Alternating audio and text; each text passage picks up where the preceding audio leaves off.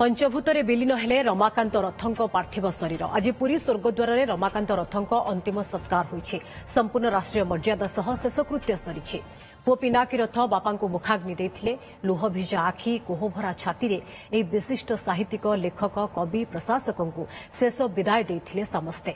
या पूर्वरु आज भुवनेश्वर बासभवन रे मुख्यमंत्री उपमुख्यमंत्री समेत वरिष्ठ व्यक्तिविशेष तांकु शेष दर्शन करथिले। गतकाली भुवनेश्वर रे 91 वर्ष बयस रे शेष निश्वास त्याग करथिले रमाकांत।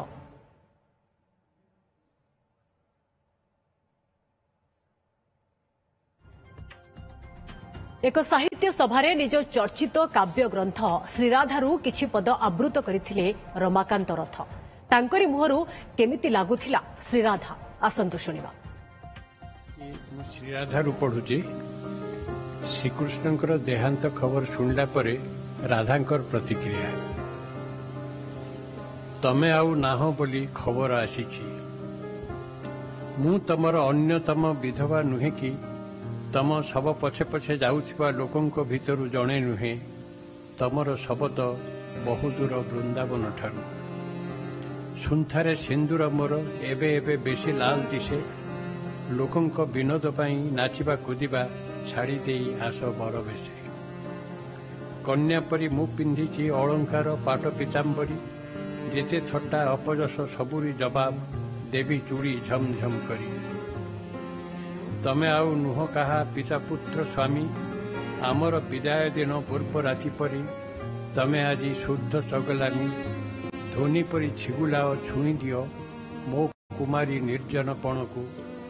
कांदिवा को गला बेले कुतुकुतु कर मो निष्पंद चाहि रहिबा। जुई रे स्थापना करी तमर शरीर सेमाने देखिबे निया जाली जाई जाए। जेतेक संपर्क थिला तमर तांकर घर को फेर पुणी दिना केते परे तमे आउ नथिबार शून्य स्थान पूर्ण करुथिब तमर स्मृति समेत नानादी कथार। मु किंतु पारुनी आउ रोकी मोर सुख संतोष को। तमे जदि तांको परी न मरी थांते मु गोटापणे पाई थांती किपरि तमको।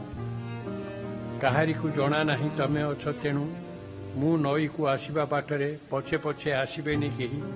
सेमाने समस्ते मते भूली जिबे किंबा शोईथिबे अचेतन होई। जेतेबेले मु तमको भिड़ी धरिथिबी मो छाती रे। जेतेबेले मो सर्वांग सारा तम हाथ बुली जाउथिबो। जेतेबेले बाधा देबा किंबा पदे कथा कहबाकू मोर आउ सामर्थ्य नथिबो। जेतेबेले मरी पारु नथिबी अथच जीवा भी पूरा असंभव।